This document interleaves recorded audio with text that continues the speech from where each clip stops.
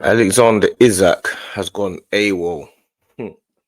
Now the thing is, I'm not going to be a hypocrite because that we Gyökeres was gone AWOL, and that's who we wanted as a striker, Arsenal fans, and we ended up getting Gyökeres. He went AWOL.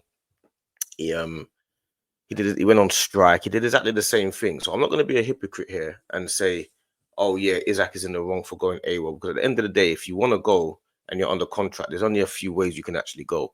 And Liverpool, if they got an opportunity to sign Isak, they're going to take it.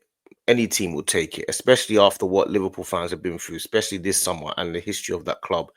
The owners are really, Liverpool fans deserve it. So the owners are really putting their money where their mouth is and saying, you know what, you guys have been through a lot. You lot deserve some good times, man. So you have to big up the FSG owners and stuff for that, and for putting their lives and money on the line.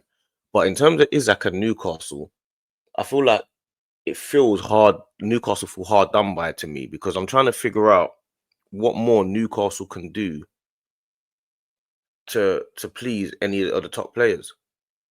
What more can they do? They're not allowed to spend their own money. Everyone else was allowed to spend their own money when the rules came in years ago. That's the reason why Man City got to the top. That's the reason why Chelsea got to the top. But Newcastle get rich owners. They're not allowed to spend their own money all of a sudden. They managed to acquire a top player. They've stood by Isak. They've qualified for the Champions League, and they showed intent this summer. They tried to sign a plethora of players, top players that they tried to do.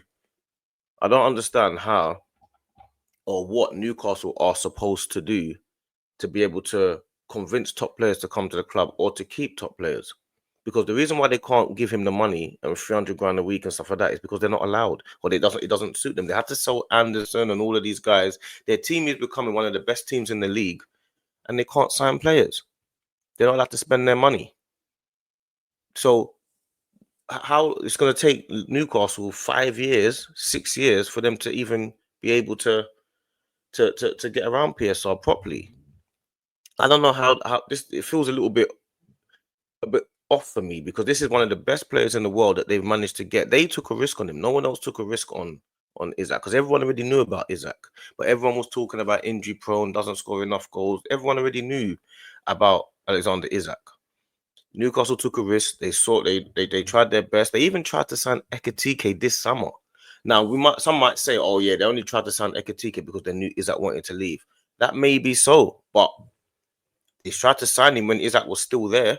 So Isak knows, because if they don't have to sell Isak because they've got enough money. They might have to sell him for PSR, but they don't have to sell him in terms of, oh, we need money. So if Ekitike decided to go, they might have said, you know what, we've got two top players here. We don't need to sell Isak. And the thing is, Isak's gone AWOL, which I guess he has to do, but he's ruined his relationship with the fan base there, because they were classing him up there with the best strikers that have been there, the Asprillas and the Shearers, and they were classing him up there with those guys. So I feel like I guess it's two ways. He has to do it to get his move, because it's the move to Liverpool. Liverpool are the top team in the Premier League right now. You're going to be playing Champions League, have a good chance of winning that. It's a chance. You're seeing everyone moving this summer. There's a lot of stuff going on this summer. A lot going on that I don't know needs explaining as well. But you get Gyökeres is there, and Ekitike is going there, and João Pedro and Delap are going there, and there's just loads of stuff going on this summer. Watkins is moving to Man United, Bremo, Cunha. So there's a lot going on this summer, and he's seeing it as, I'm stuck at Newcastle, but I'm seeing it as Newcastle are above, are in the Champions League. Like, he's seen it as he's stuck at Newcastle, and I'm not seeing it as you're stuck at Newcastle. I'm seeing it as you stay at Newcastle for one more year, potentially. That team's going to end up challenging for the title very, very soon.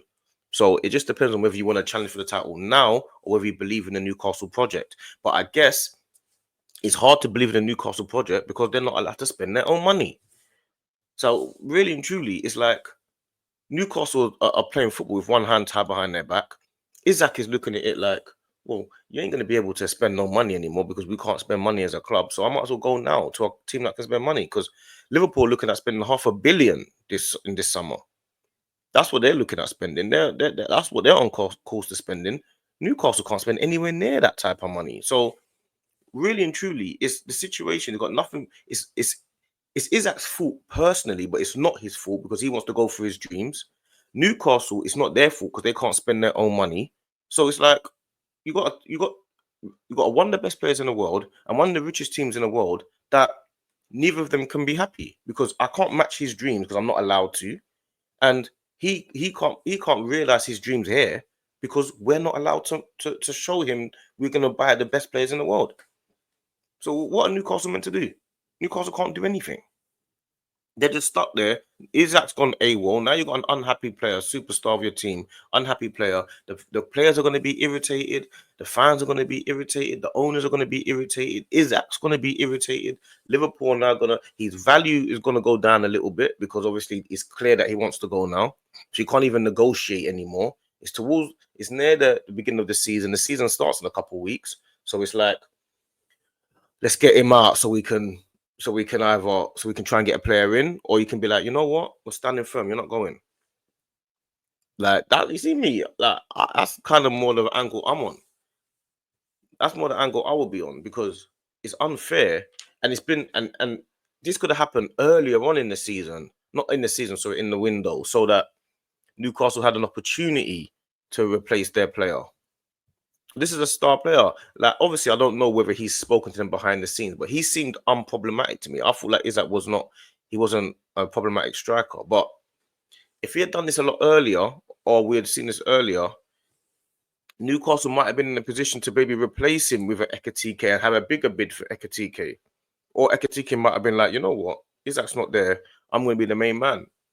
Or Sesko, or furthermore, they might even have gone for Gyökeres. Newcastle might have said, "No, what we're losing is that let's go and get one of the other hottest strikers in the world." But Newcastle are playing, and this is happening with one. They got one hand behind their back. It's impossible for them. How are they meant to compete with anyone? They get themselves into the Champions League. Yes, I know next year when the money comes in, they'll be able to spend a little bit more.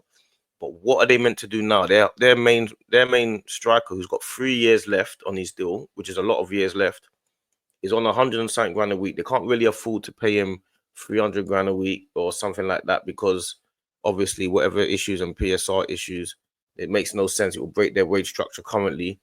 So they can't do anything. It's like it's a lose-lose for Newcastle. If you either your striker's unhappy and you can't match his ambition. So there's nothing they can do. So that's my take on it. I feel like it's a little bit unfair. Not on Isak's per se, but more on the fact that he can't realize his potential at Newcastle. So it's unfair on him because it's now using Newcastle as a stepping stone, and Newcastle just qualified for the Champions League, so they need Isak, and it's unfair on Newcastle club as a whole because they can't spend no money, all because other teams got to the top of the tree because they spent their money. And Newcastle spend well. It's not like they're a team that spend excessively and spend terribly. They spend well. They're shrewd in their business. So if there's any team that deserve be able to spend their money and they spent it wisely, they weren't doing what Abramovich was doing, spending money all everywhere and on random players. They spent their money well. They spent their money on shrewd business. So now they can't even spend their money. So how are they meant to compete? Now they're losing their best striker. So, bruv, I don't know, man. I just feel it's unfair on Newcastle and all the teams that have got money. You know what I'm saying? I feel like it's unfair on them. So, and the teams that can't spend their money anyway, because it seems like there's no penalty in the past. There's now penalties now. Yes, I understand the rules have changed, and you got to adhere to the rules from now. I get that. It's just an unfair situation, and that's just my thoughts on it. So, yeah, Liverpool will get Isak in the next few days. And well, at the end of the day, Arsenal, we've got to compete with them. And we've had harder challenges we've overcome. When we were competing with Man United at Ferguson team and Wenger created a team, it was a harder challenge than this Liverpool team. So bring the challenge on. Let's see what going on. You know what I mean? We'll go for the challenge. We'll see what we can do. And let's see what happens, man. I ain't worried about nothing, man. I always want to beat teams at their best, innit? So let's go and beat Liverpool at their best. You know what I'm saying?